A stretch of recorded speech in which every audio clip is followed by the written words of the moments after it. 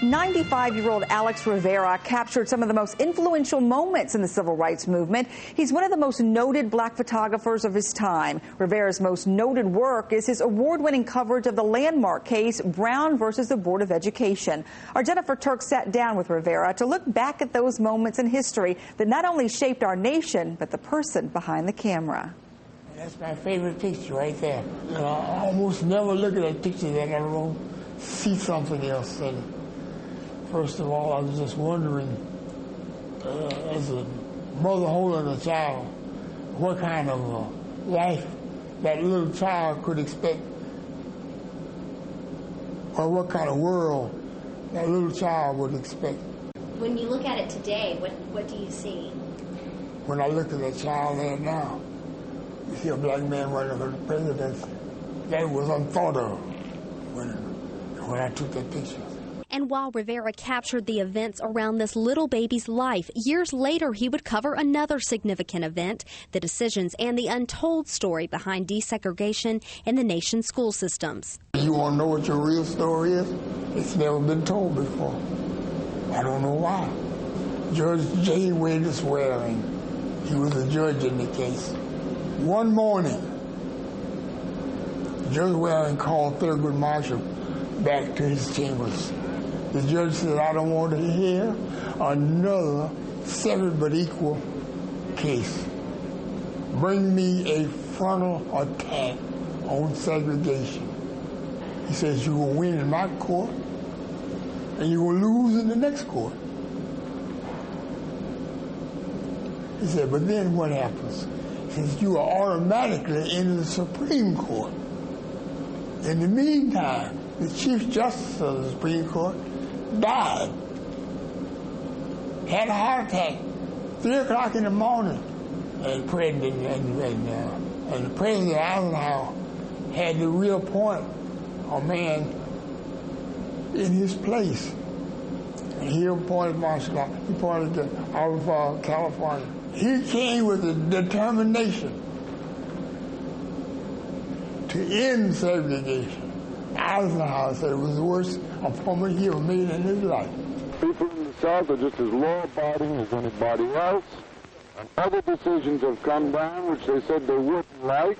While the turmoil of integration began in Little Rock, Arkansas, North Carolina Governor Luther Hodges found a loophole in the Brown decisions that would keep his state's public schools from integrating until 1957.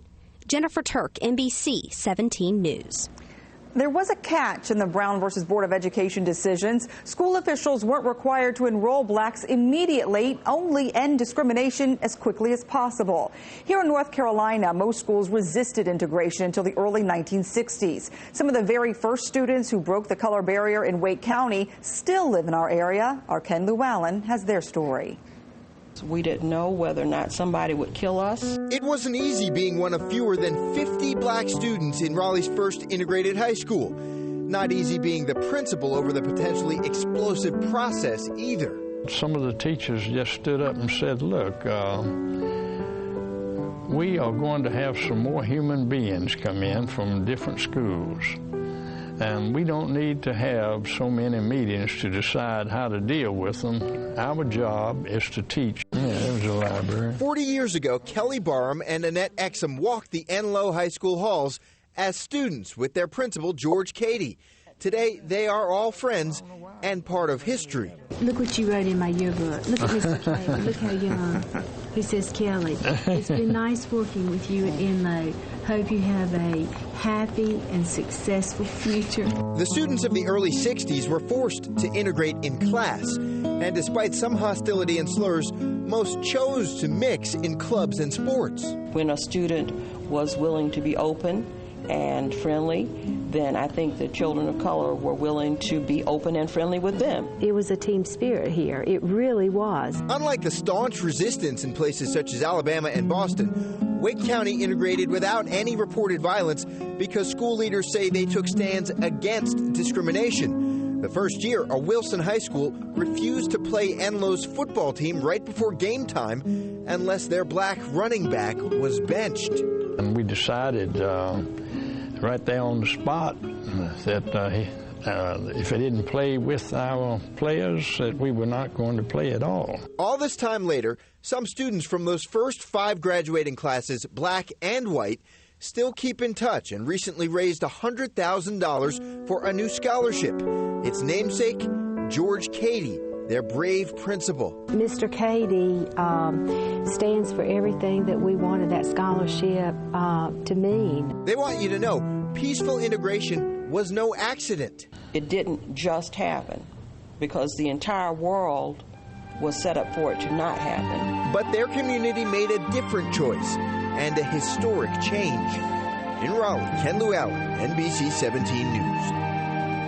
Integration on the college level was also met with discrimination. At Duke University, black students, members of the Afro-American Society, took over the administration building in February 1969. Julie Henry spoke with 2 women at the center of the storm. The 8-hour standoff came after 2 years of talks between the Afro-American Society and Duke administration. Black students wanted more representation in the faculty and the student population. One of the loudest voices was tiny Brenda Armstrong, a Rocky Mount native. We were so young and we had the bravado and hubris of youth going in front of us and had no idea how dangerous it really was. The Allen Building takeover put Duke in the national spotlight and forced the administration's hand, prompting sweeping changes in the way it incorporated all students. It was just the beginning, though, for Armstrong. This is the most important decision. Today, she is Dean of Admissions at Duke Medical School, responsible for an aggressive recruitment campaign that has resulted in a more diverse, more representative student population. Applications from students who are so-called underrepresented in medicine have gone from 150 to 700.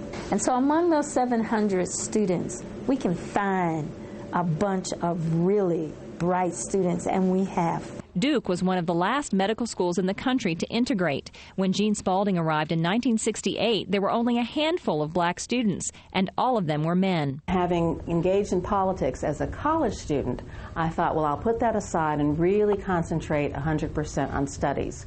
Little did I know that I was going to be in this very obvious position of being the first African-American female and one of the few females in the class. Spalding confronted racism from her classmates. A cross was even burned on her front yard. But what surprised her most was here at Duke Hospital, where patients were segregated by income and unofficially by race. Spalding says she felt a responsibility to work for change at Duke. After graduation, she stayed in Durham, building a successful psychiatric practice. She even served as vice chancellor for health affairs at the medical center. Now she sits on the board of the Duke Endowment. I'm pleased if I blazed the trail, because that to me means that I made an easier trail for someone else to follow. In Durham, Julie Henry, NBC17 News. Putting an end to segregated sports across the country, 2 local Baseball Hall of Famers remember the struggle to succeed.